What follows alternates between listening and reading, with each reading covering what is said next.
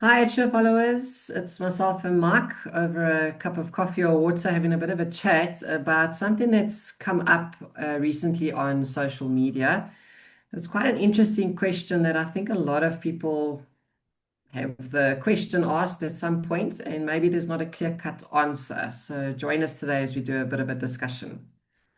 So, Mike, we had a question come over to us on social media recently asking if there's any insurer that covers leaking pipes, maybe that's a rusty pipe or these old galvanized pipes.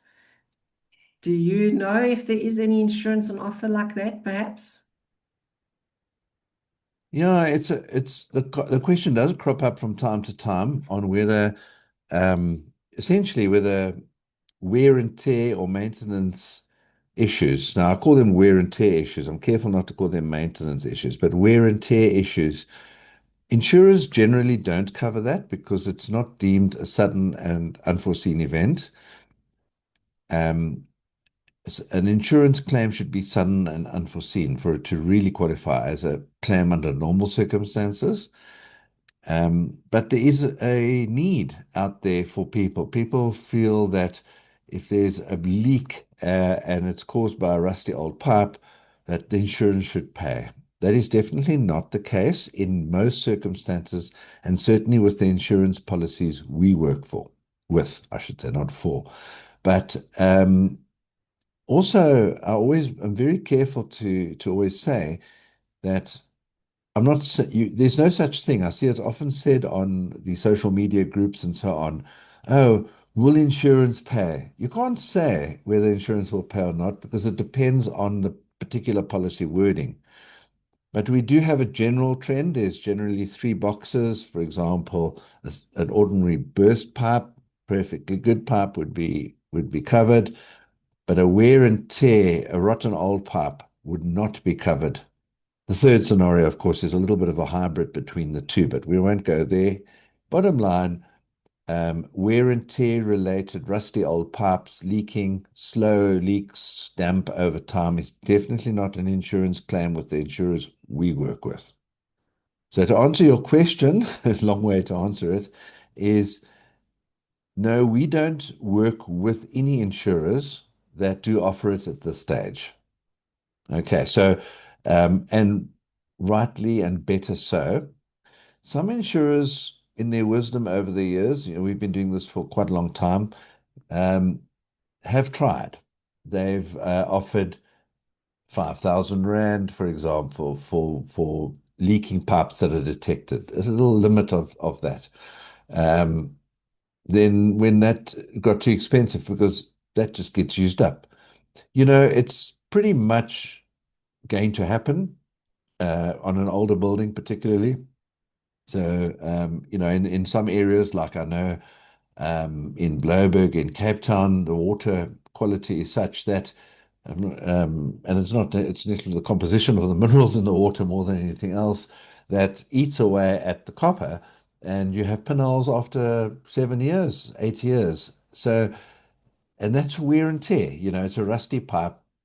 Now, some owners will, as we discussed over that cup of coffee, will probably attend to their pipes and make sure that their pipes are in good order in their sections, and maybe do some maintenance work by replacing pipes or making sure that they are secure.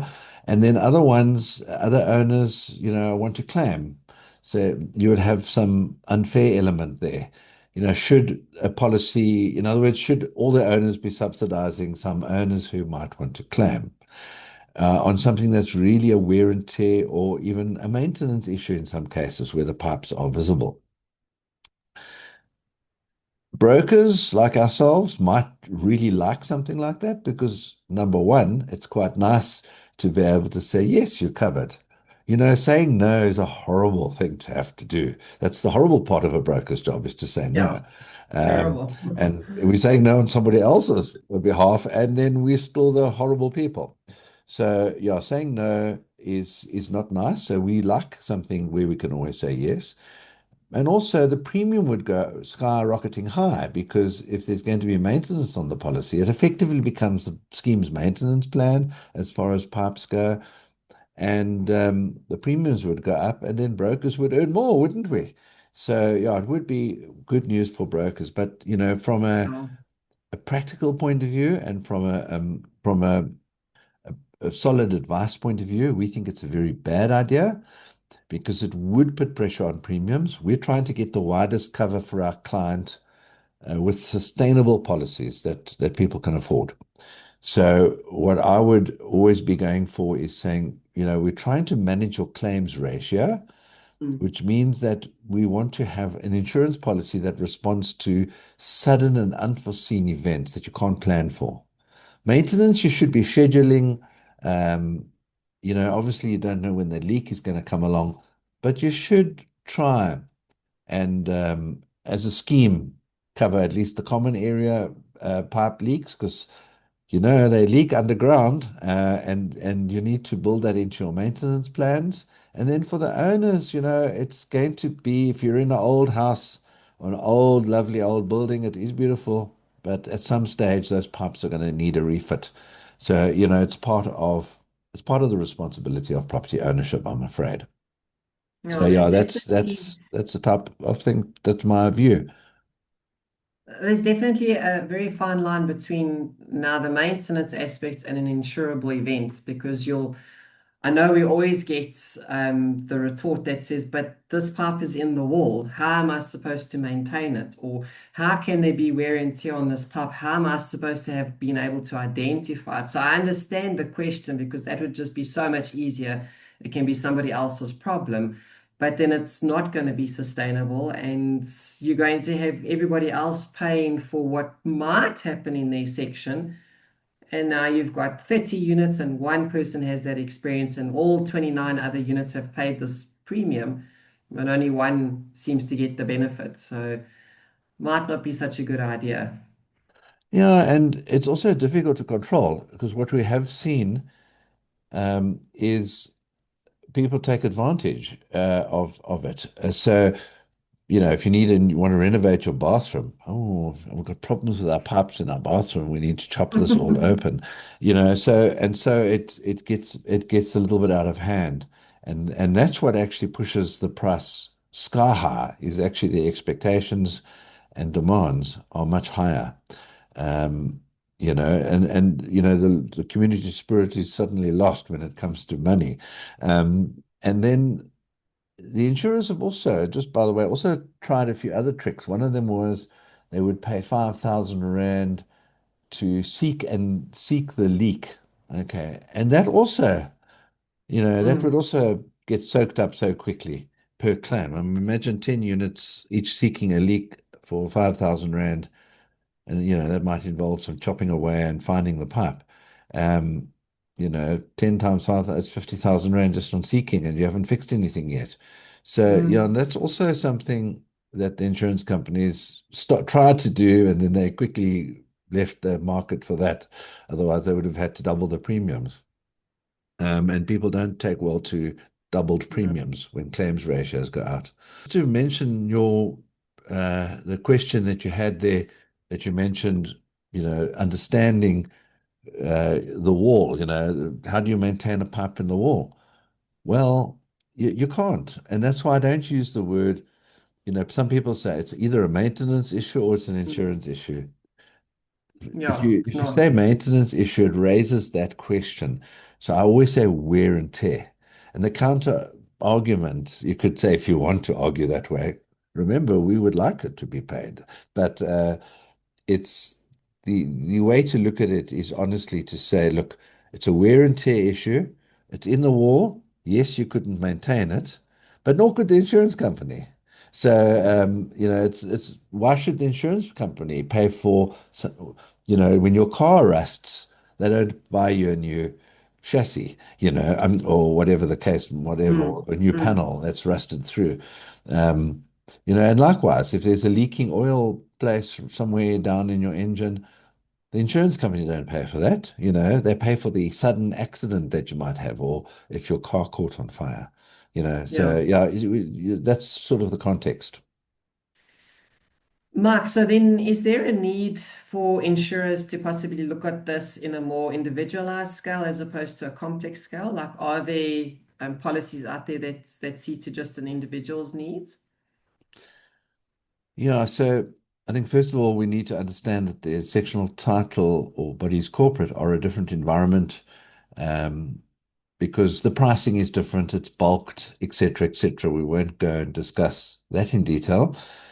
Um, and individual policies tend to be more suited to certain market needs. For example, a policy may be aimed at a certain type of client and certain types of buildings. And so they do offer their clients some extra coverage, as you could say, to try and encourage a certain market. For example, one of the insurers do offer, I am aware that if you have the householders cover with them, you can buy that cover in. I think one of the direct insurers also does it. I think you and I discussed that yesterday. I haven't tested it, but they offer it on, it's not standard with the body corporate policy, but it can be applied for. Um, but in the past, when I've seen it, I've seen a limited amount, 4 or 5 or 6 or 7 or 8,000 rand costing. But if you look at the cost, it costs almost the same amount for the year. So whilst individuals have cover, the body corporate's actually paying the same amount over. Hence my point. Whatever maintenance needs to get done needs to be collected plus in premiums. So, are you really achieving anything other than making somebody a little bit of extra money other than yourselves? So, yes, to answer the question, there are, I believe, individual policies that you can have it. And therein lies the answer. If an owner particularly wants it, perhaps they can approach their own personal broker to see if they can have that coverage for their section only, rather than expect the body corporate to buy that cover. You raise a very, very good point. Why should the other owners cross subsidize one owner who might have rusty pipes? So I think that goes back to almost like additional insurance, and you're going to have to deal with that at the AGM and get a resolution from the owner so that you avoid this. Why am I paying for that person? It has to be a collective decision. Yes, very good point. If you look at the agenda, the compulsory agenda, um, there's additionals. We're not talking about the additional sums column now. Hmm. We're talking Hmm. about that last line item for insurances where, anything that's not prescribed, you're supposed to have approved by way of a special resolution. So yes, technically, arguably, I'd say, let's say arguably, is there a better word? You do need anything that's not prescribed and is going to entail extra premium. It's going to involve at least approval at the AGM, if not a special resolution. Yeah. So at the end of the day, we're back to understanding that what is maintenance, what's insurance is insurance, and that if we have some sort of gap between the two, each individual owner can maybe explore a solution for themselves or perhaps enter into some sort of maintenance fund specifically for that aspect that has to be done at a body corporate level. Yeah, I think that's probably a better way of doing it is to, save up for it yourself. It's going to be cheaper to do it that way or more cost effective if you look at rand on rand spend. So I think that would be a very good idea. But yes, I think you've summarized it there quite well. I think maintenance should be for maintenance and keep insurance for insurance. And let's try and keep those premiums down. And let's try and keep those claims ratio in check. It's pointless trying to mitigate against losses on the one hand, but then call it splurging on maintenance for owners on the other. So I would definitely, yeah, keep those two items separate, as you say. And I am also going to suggest that have a look at this video here, where we go into quite a lot of detail with the different aspects of burst pipes and so on and so on. Yeah, no, definitely. It's a nice topic, but not an easy solution, that's for sure. No, definitely not. But Mm. yeah, we don't recommend. Thanks, Mark. Thanks for the chat. As usual, please subscribe, like our video, and share this. Thanks.